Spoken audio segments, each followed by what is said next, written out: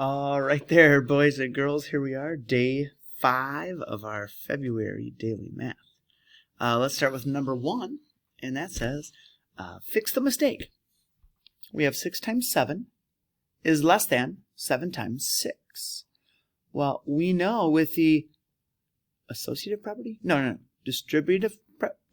Commutative property, that it doesn't matter which side they're on, a number times a number is going to be the same no matter which way they're flipped, right? So to fix this, we need to change the less than symbol to an equal to, okay? All right, number 2 says round 722 to the nearest 10. So we're rounding to the nearest 10, which is the 2 in the tens column, okay? And then we look next door at the 2 in the ones column. 4 or less, let it rest. 5 or more, raise the score. Well, 2 is less than 4, and it's only 2 jumps away from 0. So our answer is 720 to the nearest 10. Juliet is making a special Valentine for Monkey Shines. She cuts this piece of ribbon for her card. How long is the ribbon? Well, it's kind of between the 5 and the 6, isn't it? It's not here, and it's not here either. It's in between the two. There, it's the one that's halfway between the 5 and the 6. Did you hear me say the answer? Halfway. That's part of it, right? So it is 5 full inches plus a half of an inch.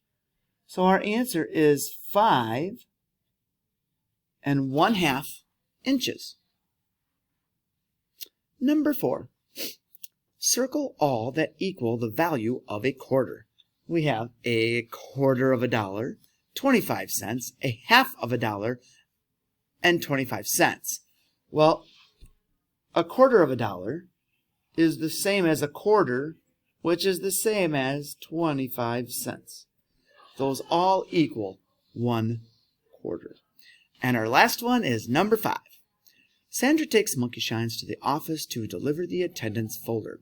In the office, Monkey Shine sees 6 chairs and 3 desks. They each have 4 legs. How many legs in all?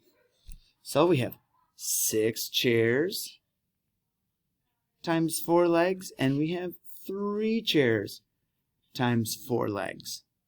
Okay, so that's like saying 9 things with 4 legs apiece equals 9 times 4, 36. How many? Circle that next word is legs.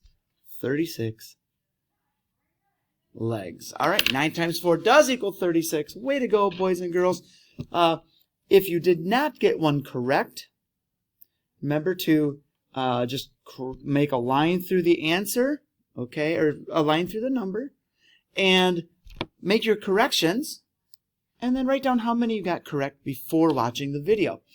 The big one there would be to, if you don't understand why it's something, can you let me know, okay? Maybe circle it. Maybe this one was really tough, and you're like, yeah, I got it wrong, but I want to circle it because I want to ask you a question about it later, okay?